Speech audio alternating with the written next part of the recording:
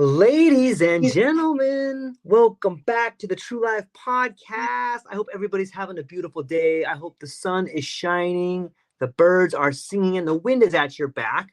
I got an incredible show for you. Back on the True Life Podcast is the one and only Reverend Dr. Jessica Rochester. She is the Madrina and president of the Sue de Montréal, a Santo Daime Ayahuasca church that she founded in 1997 in Montreal, Canada. She's a transpersonal counselor. She trained in the work of Dr. Roberto Assagioli and trained with Dr. Stanislav Grof. She worked with Health Canada from 2000 until 2017 to achieve an Section 56 exemption to import and serve the Santo DaimeSacrament. She's an ordained interfaith minister with a doctorate in divinity. From 1986 to 2018, she has been a workshop leader, a teacher, and in private practice. She's the author of Ayahuasca Awakening, a self-guide to self-discovery, self-mastery, and self-care, volumes 1 and 2. She continues to lecture on consciousness, non-ordinary states of consciousness, self-discovery, spiritual development, health and well-being, and personal transformation. I'm excited to bring you back to the show. Reverend Dr. Jessica, how are you today? Well, I'm happy to see you. It's always a joy to hang out with you for a while and talk about topics of mutual interest, and hope that other people find it interesting too. And so we've been walking around the circle of wholeness now for this last few months. And just in case people drop in today or listen to this later and don't know what we're talking about, the circle of wholeness, first of all, it's from my 2 books. It's a volume 1, volume 2. So it's a set of books intended to be read one by one. And the first book is self-discovery and self-mastery, and the second book is self-care. And so in part 2 of the second book, there's that section is called the Circle of Wholeness. And what it is, there's a diagram, and it includes all the different aspects that are influential in our life and that affect our wellness, our quality of life, our sense of well-being, how we feel about ourselves and in the world and around the world in general. And so there's everything from nutrition to modern science to ancient traditions to exercise to work to studies, our relationship with all of these important things. Okay. And how important all of these things are to us and what we can do to understand our own personal way of being with them, because we're all a little bit different. And so we can say nutrition, but what does that mean for one person versus what does it mean for someone else? We can talk about modern science and people can run screaming from it, and other people can say, wow, it's wonderful, and embrace it, right? Ancient traditions, oh, nothing, don't want to know. Other people, again, where's the nearest powwow can I go? And so we're all different. We find our way on our journey, and how things unfold is always hand in hand with what I refer to, and I give a nod to Indigenous people, the Great Mystery. I think the Great Mystery is probably one of the best ways to describe the unknown, the great unknown. That includes what we believe about the divine, divinity realms, God, all the different names that we give to these, extraordinary experiences. What are you laughing at?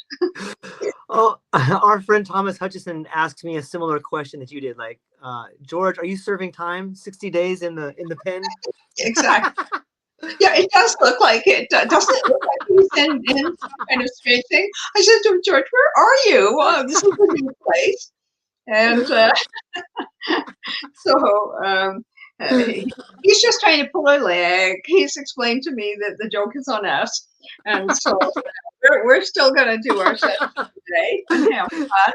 And the rest of you can try and figure out where he is. That's right. And he will tell you at the end of today's session.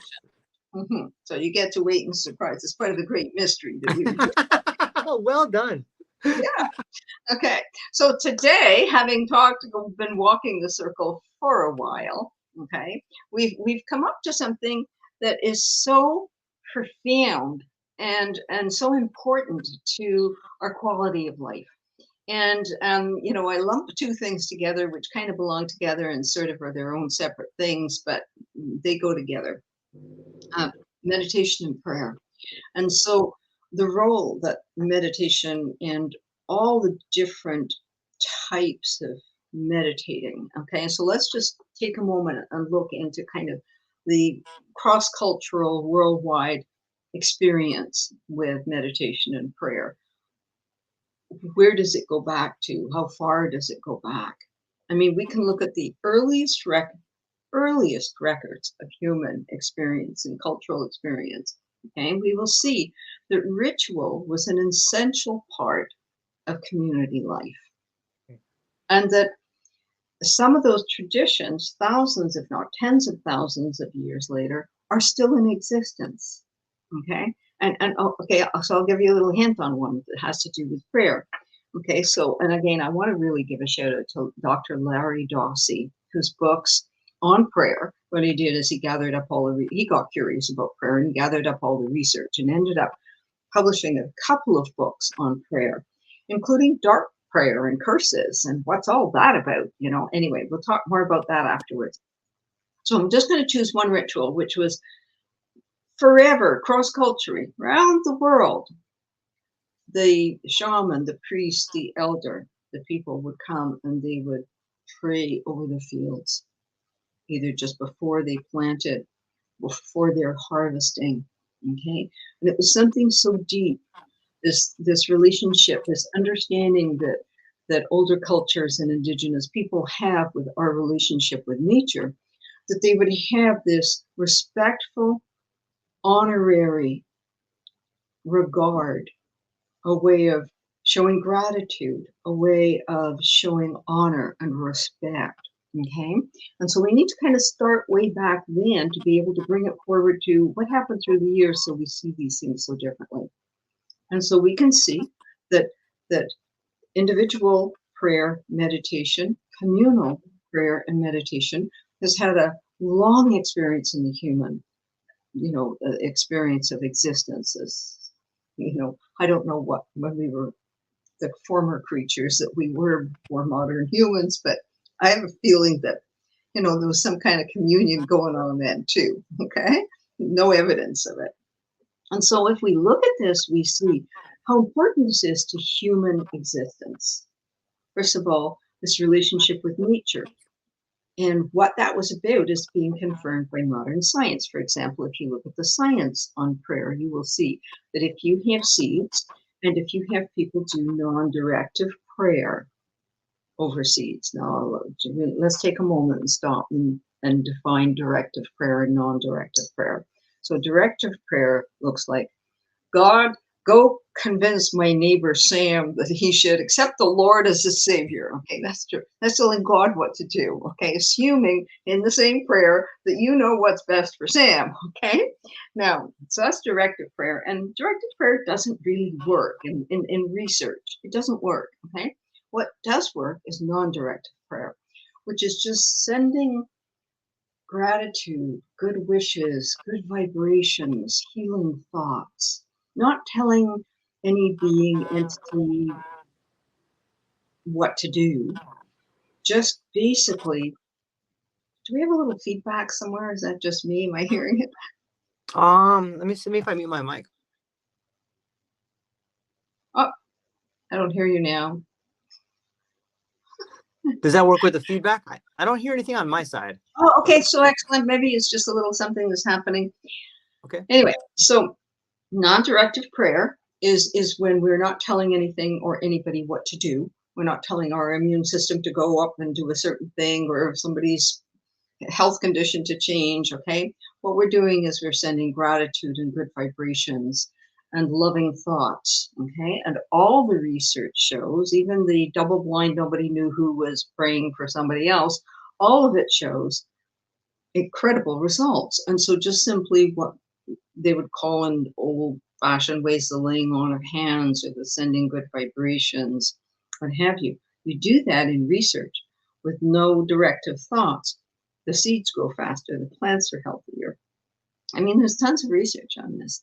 And so we see that everything that people have innately been doing, not having the science on it, but just the knowingness inside of them, that this honoring the cycle of life, honoring the change of seasons, honoring whatever their belief systems were about, however they discerned, let's call it the creed or the great mystery, that being in a place of gratitude, respect, and honoring was always a more favorable place to be.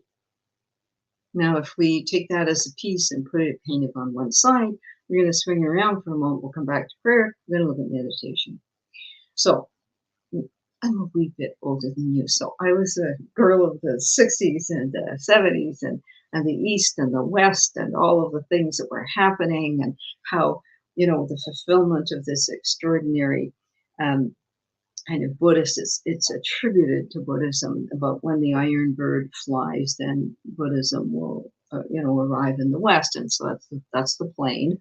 And indeed, the iron bird flew.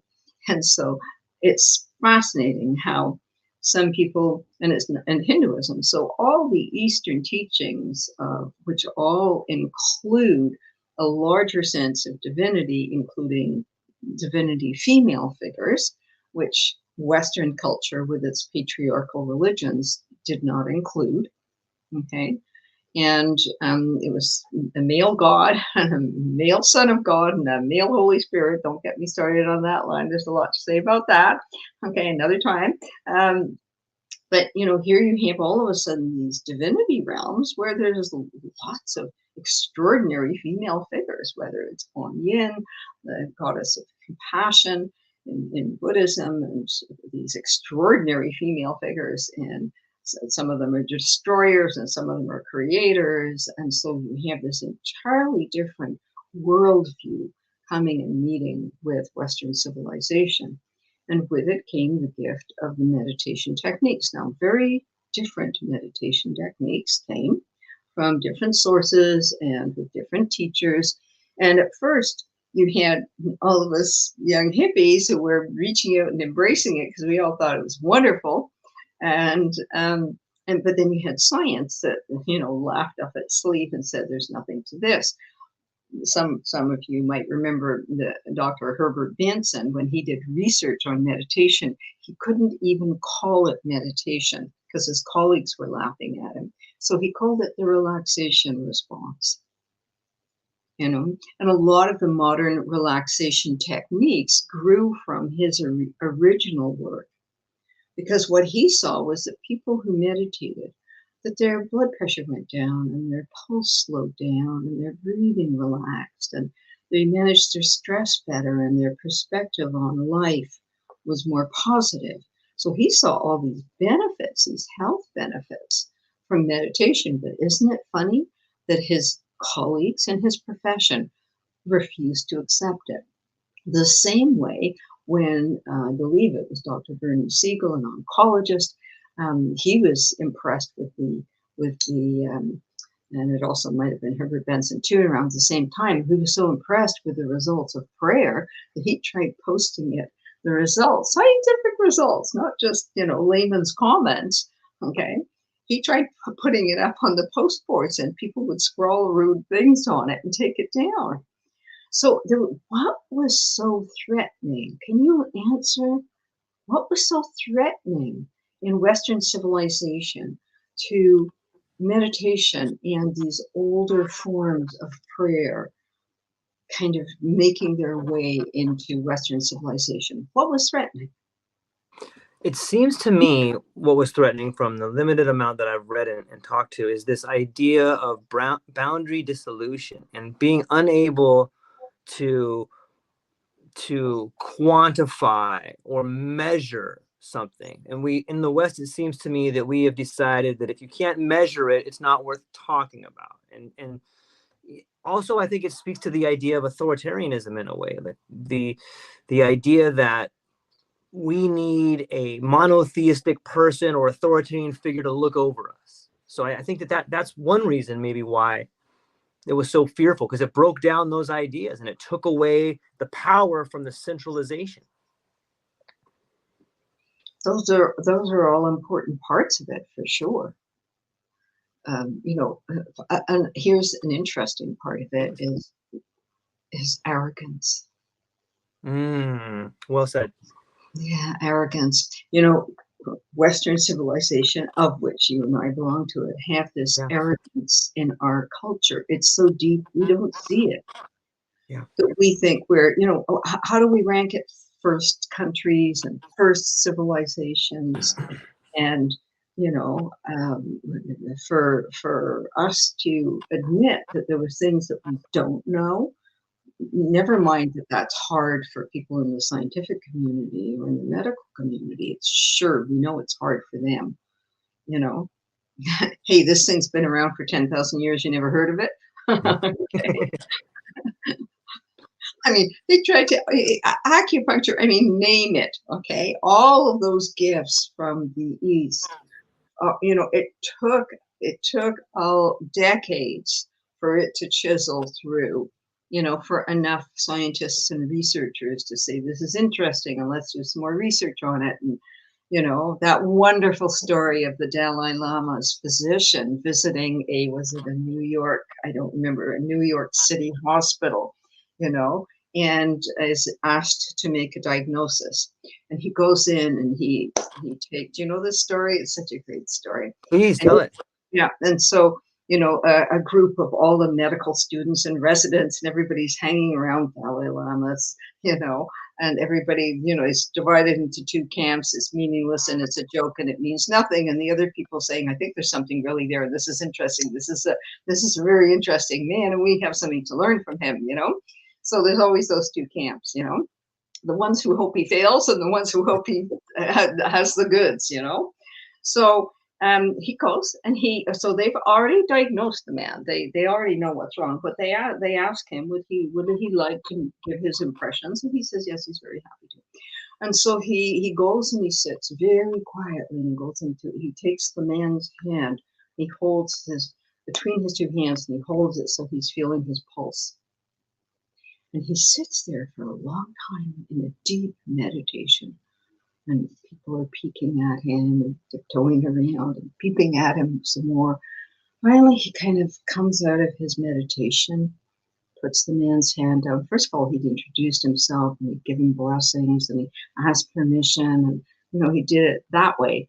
I don't know if you've ever been in the hospital, but certainly if you're in the hospital and you're heavily pregnant and about to give birth and you have some perfect stranger come in and whip up the crown, stick his hand in and say, nah, you're only 5 centimeters dilated. I'll see you in an hour or two. No introduction, no do you mind, okay?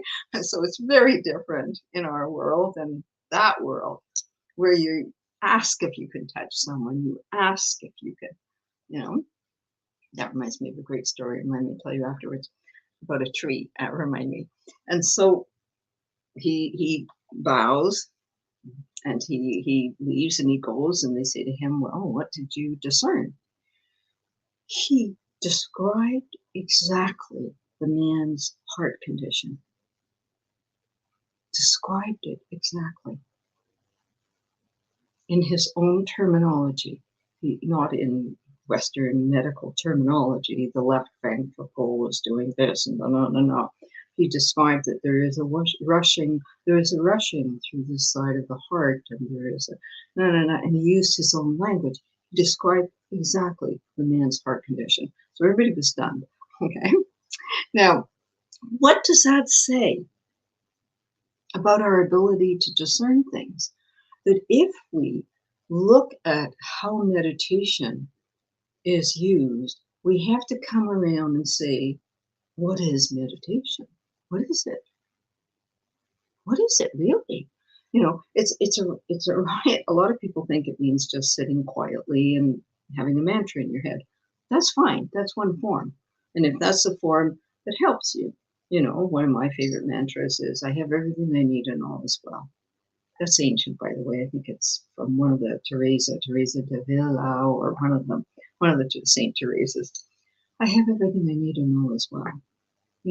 It's one of the most peaceful, calming, from Buddhism. May I be at peace. May my heart remain open. May I awaken to the light of my own true nature.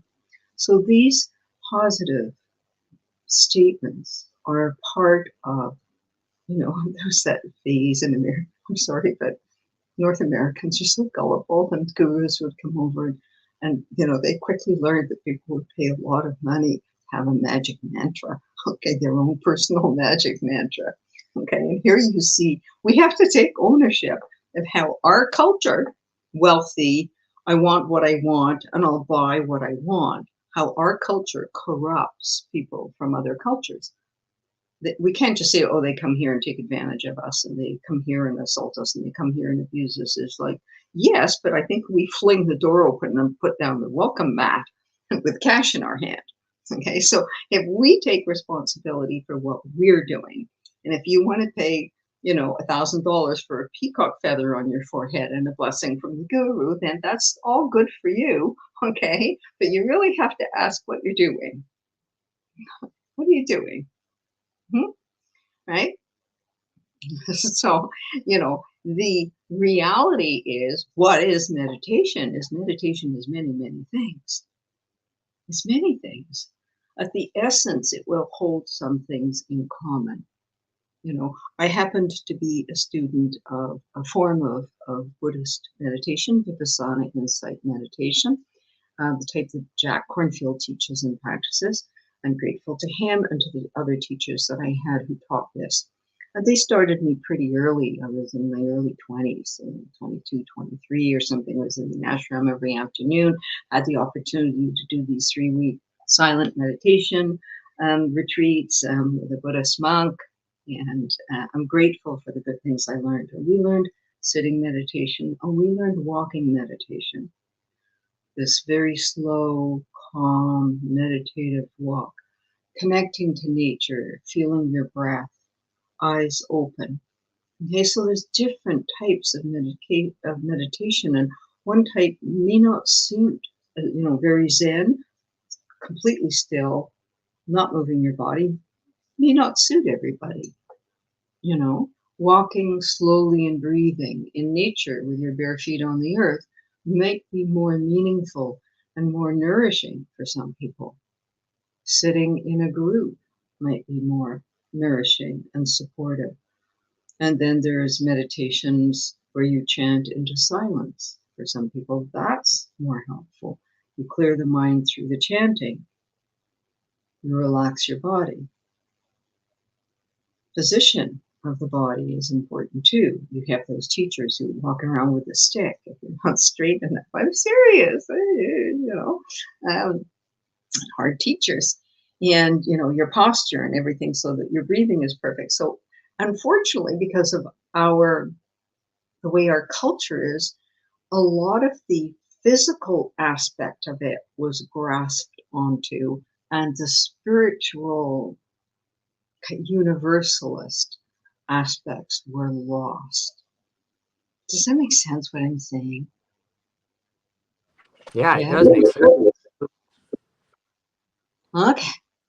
So how do you see that happening here in our culture? What I'm saying? It almost sounds like we have become incoherent or unable to listen to meaningful conversation. And it seems to me when you're explaining meditation in that way, or we listen to the story, that we're in communication with something greater than us, but we've almost been cut off from it because we've had these blinders put onto us, whether it's through arrogance or whether it's through maybe just wanting to believe in something and not knowing how to connect to it. But it seems that we have lost our way to receive the information that's abundantly around us, trying to help us. Yes, well put. Well put. And then, so if we look at, the gift, the Western civilization definitely has a gift to offer the East the same way North and South does.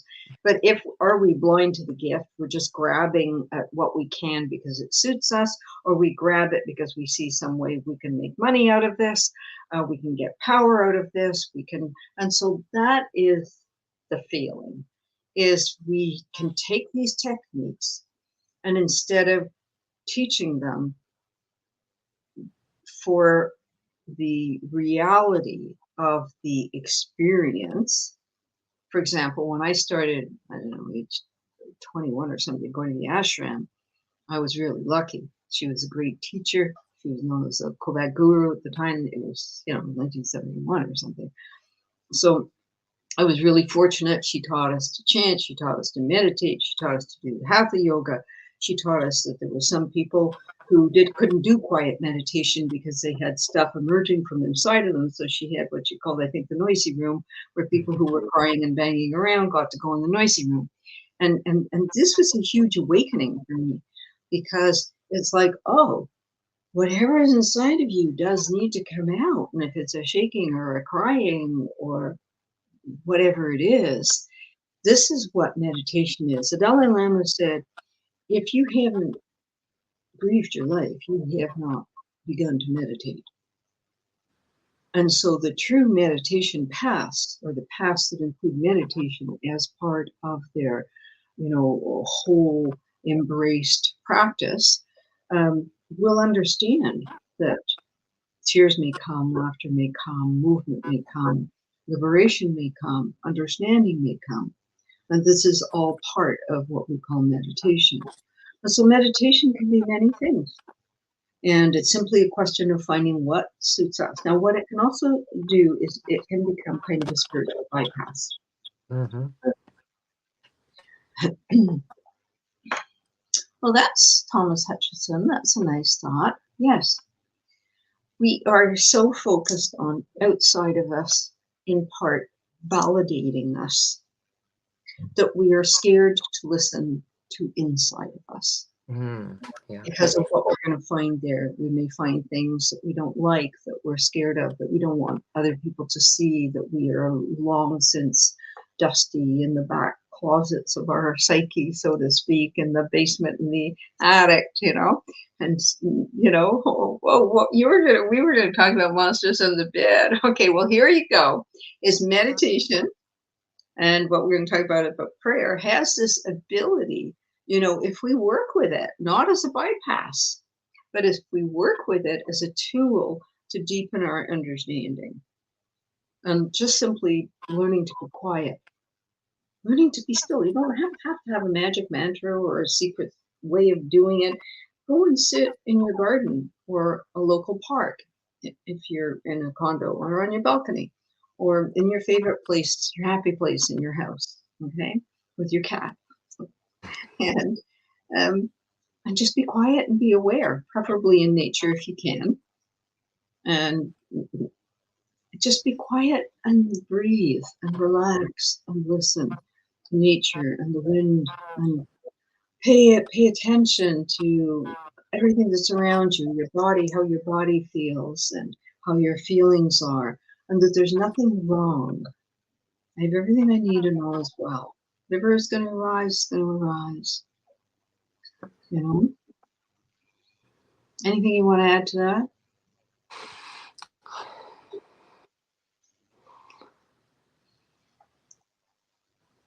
Why is it that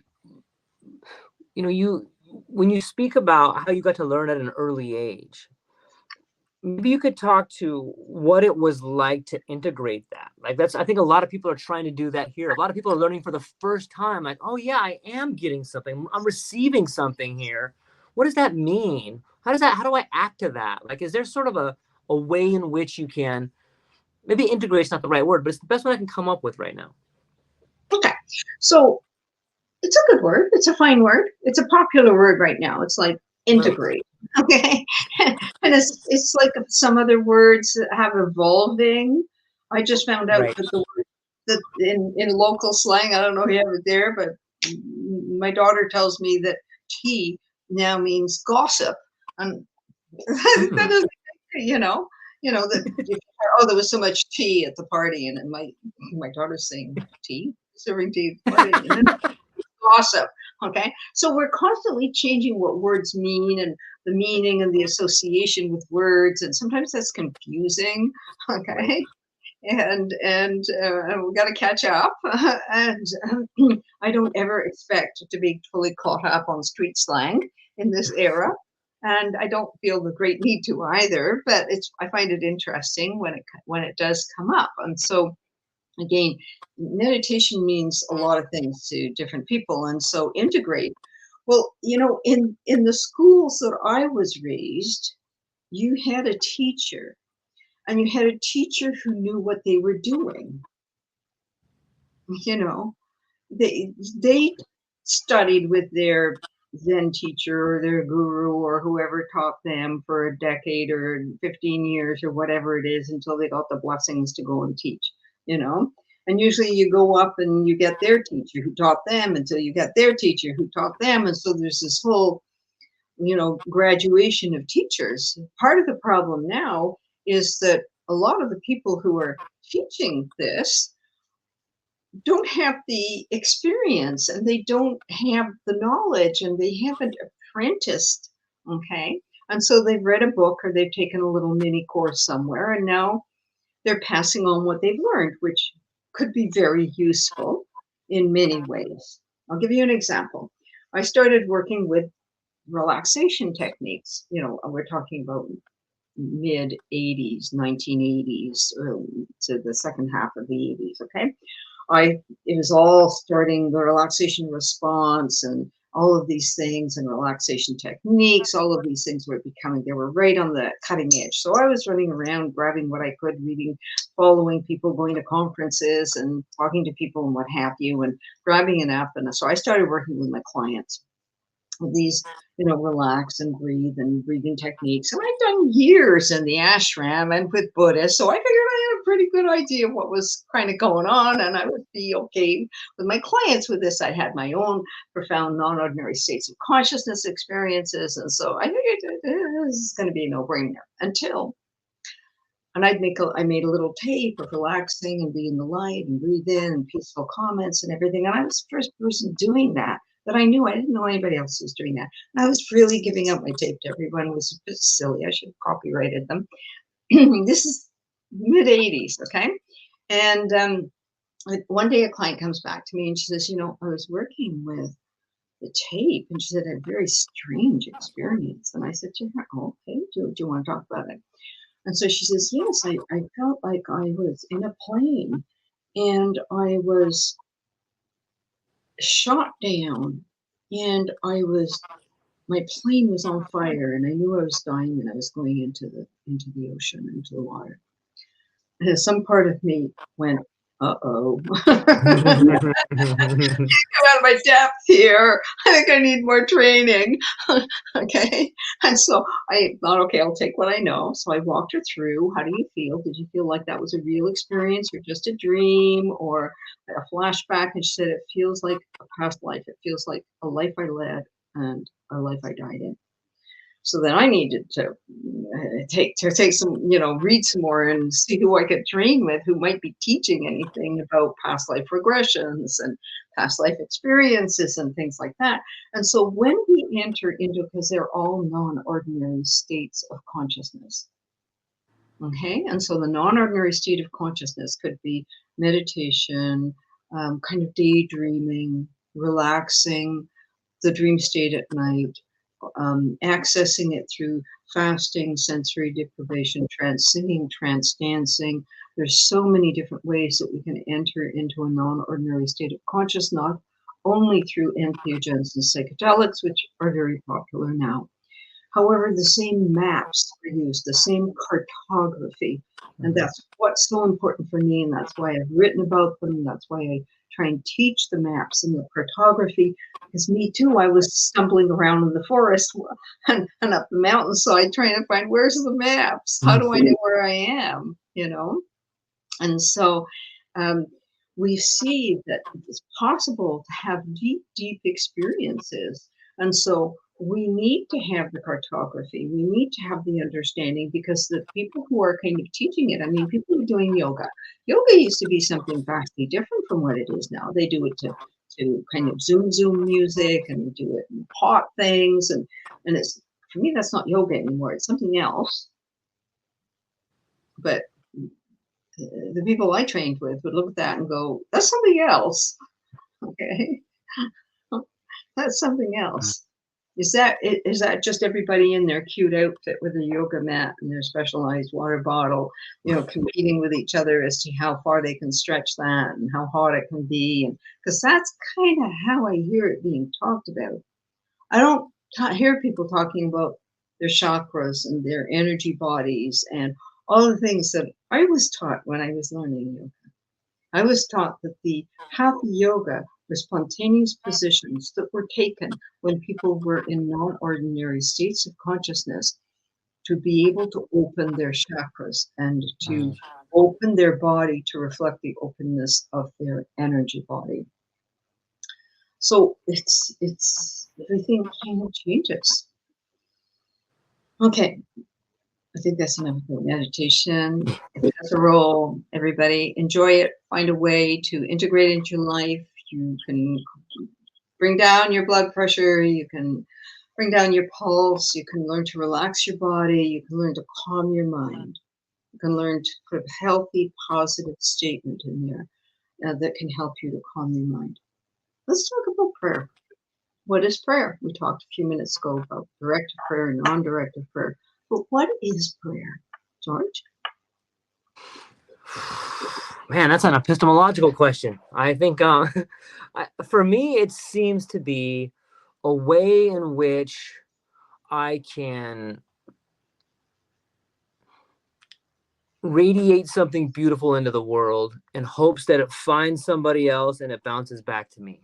It's this way that maybe I can get to see myself as part of the whole in some way. And there's something beautiful about realizing that you're part of this whole magical thing. And that to me it gives me goosebumps when I think about it. It's like, okay, I don't have to carry all this. I'm just part of this thing. I guess that to me is when I think of prayer, I think of being thankful to be part of the whole in some way. Very nice. Very nice. Okay, and there's a large grain of truth in what you're saying. So for me, and this I've written about it for those of you who want to read more. I write about all the research that Larry Dossey did about the history of prayer, about its place in human experience and life, and also the power of it is within ourselves. Okay, this is the interesting thing. So a few things happen. First of all, there's different kinds of prayer, apart from directive and non-directive. Now let's set aside directive prayer. You know, God, go heal my neighbor. If people want to pray like that, that's fine. If that's what really helps them feel, or that if that's part of their spiritual tradition, it's not for me to tell them not to do it. I'm just saying that in research, non-directive prayer shows infinitely better results as far as really good quantitative research at this point. And so if we look deeper into non-directive prayer, what are we looking at? Okay, well, it seems what we're really looking at is the ability for us to connect with that larger, what you were saying, that larger sense in which we are sending good vibrations, good thoughts. We're sending light, peace, healing thoughts, good vibrations to a situation, to a person, to a family, to our family members, to our nation. Okay? And we're sending these good vibrations. Now, all the great teachers encourage us to meditate and or pray. They tell us even pray for our enemy. And a lot of people will go, what? Well, there's a reason for that. And I'll get to that in a minute, okay? And then, so that's individual prayer.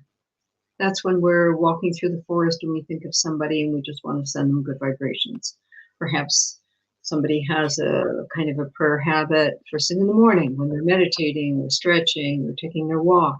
Sometimes people will have it before they go to bed at night, and they will think of all their loved ones and they will send them good vibrations and healthy healing thoughts and good wishes. Okay?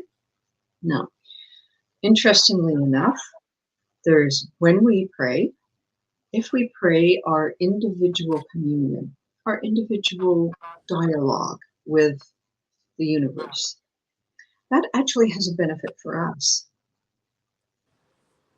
You know, when we're directed to pray for your enemies, the reason is because it helps us. Whether or not it helps our enemies it helps us. Now, that sounds crazy, but how does it help us? It helps us not be focused on the negative. It helps us try to step back, take a step back, and to see the situation and or the person perhaps from a different light, and stop seeing them as other and enemy. And so us being able to pray means we have to truly pray as we pray from the heart, not the mind. And we open our heart and we allow good vibrations to flow from us. And by doing so, we become a source of those good vibrations. Those good vibrations are moving through us. When we're thinking about other and the enemy who we hate, what's happening to us? Our vessel, our channel is filled with anger, hurt, fear, hatred. Okay? I'm reminded of that. You know, it's so archetypal, so Joseph Campbell, but I'm reminded of that, you know, that wonderful scene in, I forget which Star Wars film it is, but I think it's the second one where Luke Skywalker is on the planet with Yoda, and he feels called to go through the forest. He goes through the forest, he comes to a hole in the ground. It's so shamanic. He goes into the hole in the ground, and who does he meet? Darth Vader, and they fight, and then Darth Vader's helmet falls off as he struck him to the ground. And whose face does he see? His own. And so this is the teaching behind these things. Is if we hang on to anger and hatred and curses and everything, which is easy to do. We're human. Okay, let's own it. It's really easy to do. You know, many blessings and a few curses. And it's easy to do, right? We're human. So to actually turn that around and say, okay, sending you vibrations of light and peace, and start there, a little glimmer, a moment, and then we find we're actually liberated from our attachment to that situation. We're liberated from our attachment to the person and what they did or didn't do or should do or whatever. We're liberated. We've liberated ourselves through that power of doing that. Now, that's individual prayer and the power of working with it to forgive ourselves peace and liberation and freedom, because that's what it does. When we ask for it, when we pray for it, and who are we asking? Who are we talking to? Our higher self, the universe, the guardians of the light. That's for each person to decide what their worldview and their belief system holds. We each get to choose what we believe, right? Yep. You want to believe there's berries in the bottom of your garden? That's grand. I'd love to come and visit them sometime, could I? I'd love that if somebody had berries out of their garden. You know, I happen to not believe in it. I mean, but you know what I'm saying. But if there were some, I'd be thrilled beyond belief to meet them. You know, I don't believe the world is flat, by the way. Okay, and that the moon landings was a Hollywood backlot. But never mind. There's lots of things people believe. And you know what? Elvis is not still alive. So there we go. People can believe what they want to believe, but let's choose things that are healthy and healing and uniting. And it is our belief system that will reflect in our prayers. It will reflect in our meditation. It's like a cycle. What we believe will return to us. If we believe we can open our hearts and we can communicate good vibrations to others and those around us, then those good vibrations become what we are. It's the foundation of what we are. If we hold on to anger and bitterness and hate, and that person can't be trusted and this person is bad, well, then that's, you know, negative emotions corrode the vessel that contains them. Right? Yeah. There's another kind of prayer, and that is community prayer. And what happens when people get together and pray? And now people can get together and meditate. People can get together and chant. People can get together and sing. People can get together and pray. Okay. Now those are community experiences. And people who do that will always understand the power of singing together, the power of praying together, the power of meditating together, that there is something that is communicated, as long as the intentions are common, okay, that we're holding in common certain intentions, that there will be a profound community experience in which we will feel a liberation, a community sense, a unification, a strong connection with things. Now, here's the other thing, whether we're alone or with people. If we have our individual conversation with the divine realms, okay, that's one thing. But if we decide to have a practice of set prayers, for example, now around the world, there's all kinds of prayers. There's Hindu prayers, there's Buddhist prayers. Around the world, everybody's got a different set of prayers, okay? But well, let's choose a common one, okay? I'm not Catholic, I'm Santo Daime, okay? But we're gonna choose a common one. Hail Mary, full of grace, okay? If you start to pray that, you are actually going to enter into a prayer current around the world where in this moment, millions of people will be praying that prayer. Let's choose another one. Om Namah Shivaya. If you start chanting, praying Om Namah Shivaya, you will enter into a current. Right now, there's probably millions of people around the world in a temple or in their own home who are praying. They're chanting Om Namah Shivaya. Same with Om. You sit, you Om. You're not alone. You've just joined an entire force of people in the collective human experience who are in that moment right now chanting Om. And so there's the power of the individual communication, and there is the power of the shared, the using known prayers and chains. Where'd you go? You went somewhere. I watched you. Yeah, no, it blows my mind to think that you can enter into communion with other people around the planet just by knowing how to do so. And that we all have that capability. And for a moment, like that's where I went. I'm like, right now, there's people doing all of that. And Yes. like, I can almost feel it. You know, if you just stop for a minute, you can almost be like, I'm not even here, I'm moving. You can, and it will nourish you.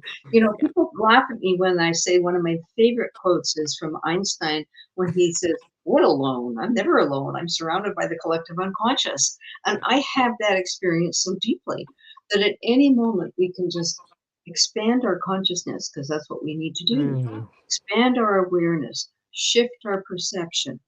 I am joining a force of people who right now are chanting and praying. And together, our voices together, our hearts together are in union on a vibration, an elevated vibration of good intention and well-being. And that anybody can do anywhere, anytime. You can be sitting in the metro. Yeah. You're on the metro heading to work, and you know what? Long, slow, deep breath. You don't even have to close your eyes unless you want to. And you can connect. You can let it all fade away. So choose the prayers, choose the mantra, choose whatever feels in alignment with, you know, your heart and your beliefs. Choose something, make it yours, and then if you want, adapt it. And put it into your daily practice. Because for sure, if the research shows that it improves health and well-being, then, you know, this was the question that some of those earlier doctors were asking. And I think, you know, in Larry Dossey's books and his research, he asked the same question, saying, we're handing out prescriptions and we're doing all these diagnostics. Why aren't we praying for our patients? It's such an effective tool. Yeah, it makes sense. Why? Was there a period? Sometimes when I think back to, we'd have to get Dr. David Solomon on here to corroborate this, but you know, was there a time that you can think of that you researched where we did go to the church and pay for prayers to heal people instead of modern science? Yes. And so prayers became monetized. You're Yes. absolutely correct on this. To this day, you can pray. You can pay a priest, a minister, a rabbi to say prayers every week in the service. You can pay to have that person's name put on a list. Now, what's that about? Trying to control it, maybe arrogance, maybe on some level trying to get other people to do something that you can do, doing your own work, maybe. Okay, so I'm thinking of a teaching that Jesus gave when he said, when you pray, go in your closet. Don't stand out on the corner of the street praying at the top of your lungs. Okay. And what was he trying to teach? Don't pray to impress people. So I can't tell you why. I mean, in some traditions, people do this because they feel it's part of their tradition that they want not just their prayers or the family's prayers, but they want the community's prayers to be added to. Okay. And so therefore they do this because then they feel that they're asking the community to remember this person, let's say for the first year. That's quite common. So traditions for the first year after the passing that you have the community pray, you know. But then again, I have to say, well, it's all fine if that's what some people believe, and if it feels like a really important part of their grieving process and something that's significant for them in their culture and their tradition, then I see zero wrong with it. But on the other hand, is like, what kind of prayer is actually being prayed? You know, is this what we're talking about, where prayer is a direct communion with the divinity realms, where we are shifting our consciousness and awareness to actually enter into a state of awareness of the unity of all things, in which we can transmit good vibrations? Or is this just a recitation of someone's name? I don't know. He also threw the money changers out too. You know, that kind of sounds like changing money for prayers, right? Yeah. Changing money for prayers. And, you know, this is just part of the human experience. Right. This is part of the human experience, is that there will always be people who will want to, and this is a difficult conversation, because on one hand, and I see that I don't remember who it was who opened the conversation. It might have been our dear friend G.V. Freeman, who opened the conversation about payment and payment for services. And a lot of people have done their apprenticeships and their trainings and invested a lot of their time, energy, and money in learning to do a certain thing.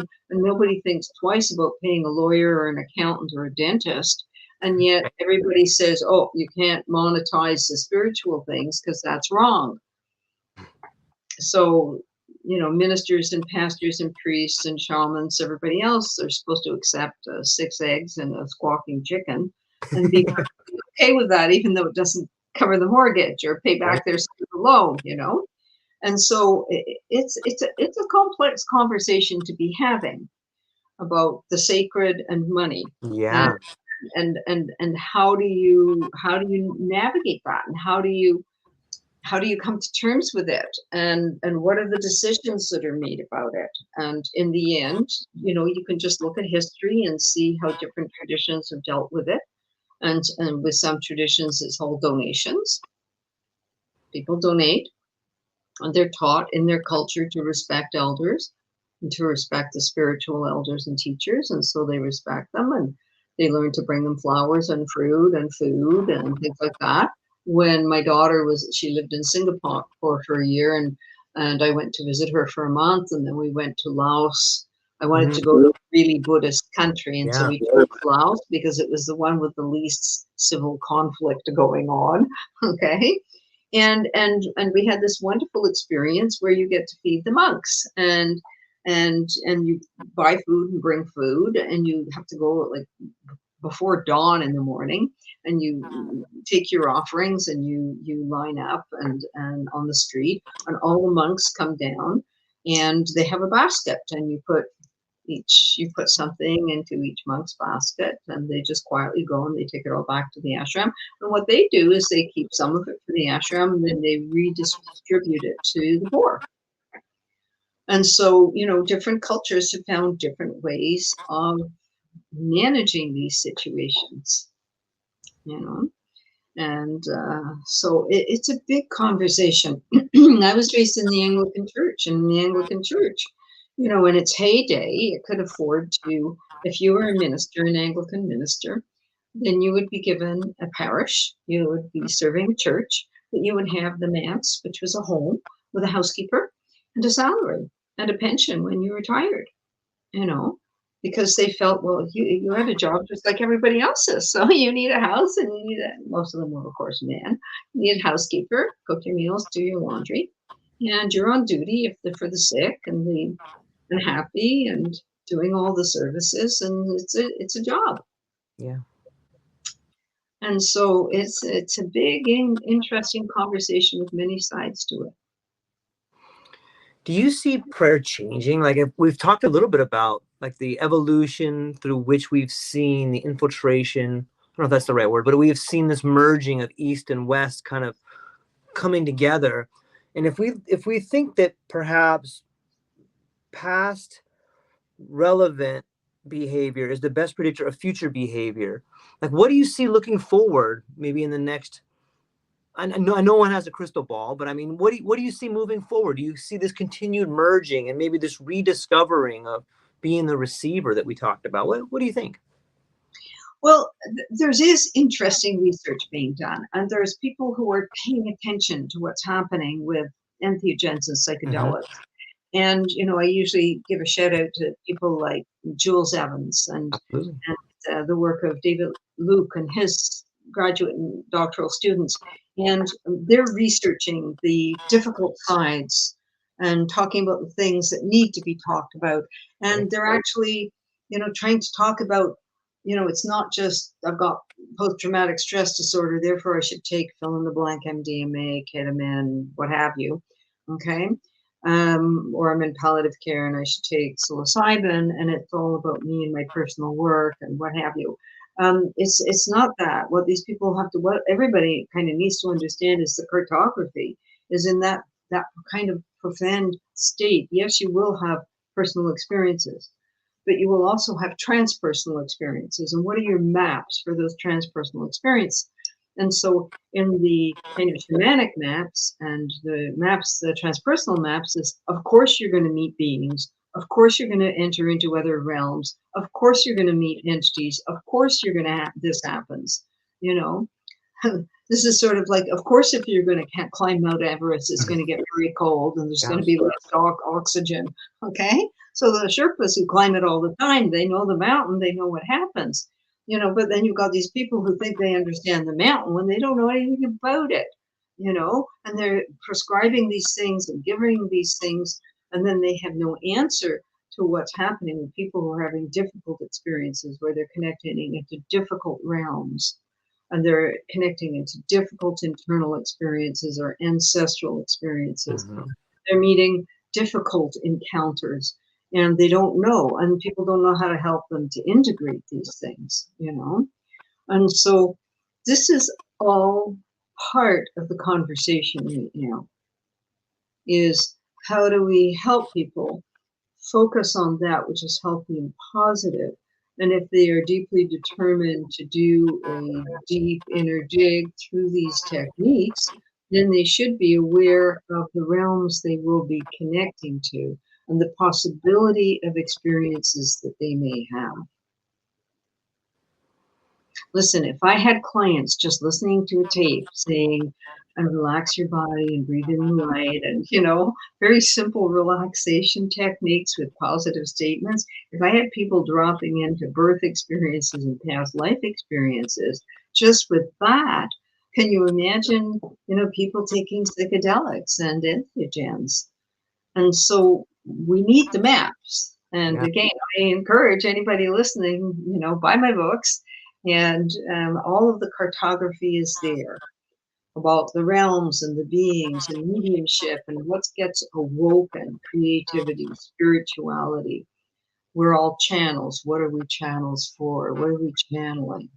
Now, we've talked today about prayer and meditation, how meditation can help us to calm ourselves and settle ourselves. Yeah, but it'll also possibly open the channel. And then all of a sudden you'll find creativity and inspiration.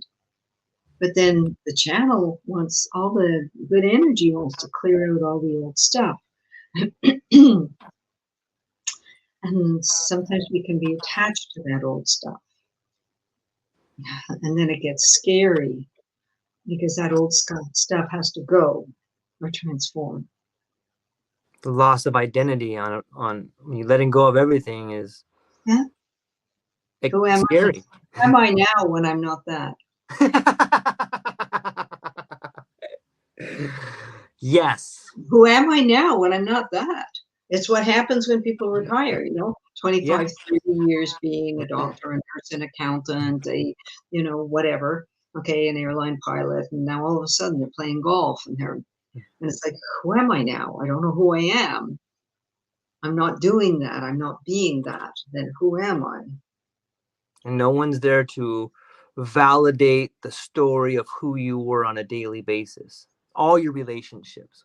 What does that mean when all your relationships change almost overnight? Like, what am I now? It's both beautiful and frightening. It's the terror before the sacred.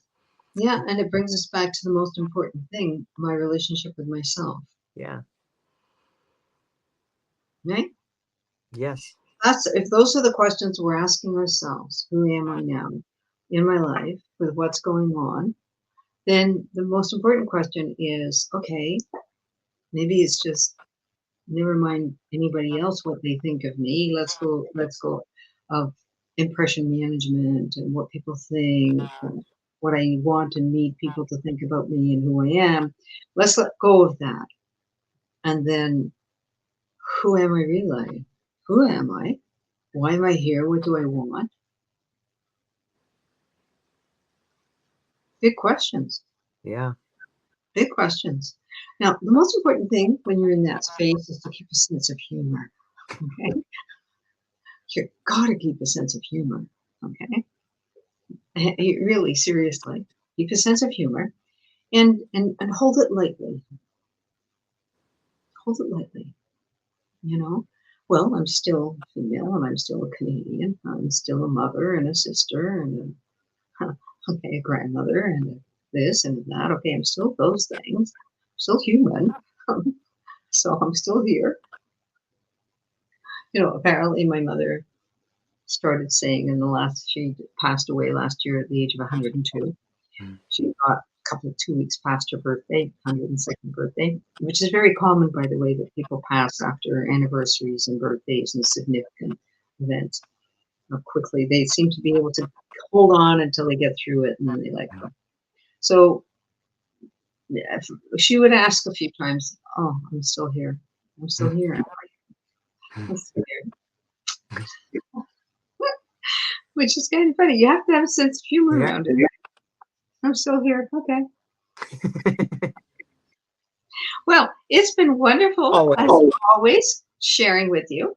Did you have anything else you wanted to ask or say about meditation and prayer and the circle of wholeness and walking around that circle and finding all the things that have meaning and importance to us and how we can have right relationship with them in our lives? I would point to everyone to check out your books. I think the word cartography fits it so well. It's sort of like a Rand McNally or a book, a map of like. But I think of like there's so much. Oh, I love that for Rand McNally of Psycho-Spiritual Journey. Thank you. But I'm thankful. I feel like myself and I know Thomas and everybody else that's listening, and I get so much great feedback when we have our conversations because I think it's relevant, and I think it's right now we are just in such wonderful times, and we're getting to rediscover things, and I'm really thankful for it. So thank you for your time today. I really appreciate it. Where can people find you? What do you have coming up? People can find me on my personal website, www.revdr, that's Reverend Dr. Jessica Rochester, all lowercase.com. And people who are interested can find links to a lot of podcasts, many of them yours. Yes, I am occasionally unfaithful to you, George, and do podcasts with other people. Please don't be offended. I also have publications, most of which are free for educational purposes, other than my books, which I have an obligation. You can find them on Amazon, or you can order them through my website. And Ayahuasca Awakening, a guide to self-discovery. Right? So important. Who am I? Why am I here? Self-mastery. How can I master myself on the path? And self-care, some of which we were speaking about today. That's it. Ladies and gentlemen, I hope you have a beautiful day. I hope that you get to ask some of these powerful questions, and I hope that you find a way to incorporate the circle of wholeness in your life. And that's all we got for today, ladies and gentlemen. Have a beautiful day. Aloha.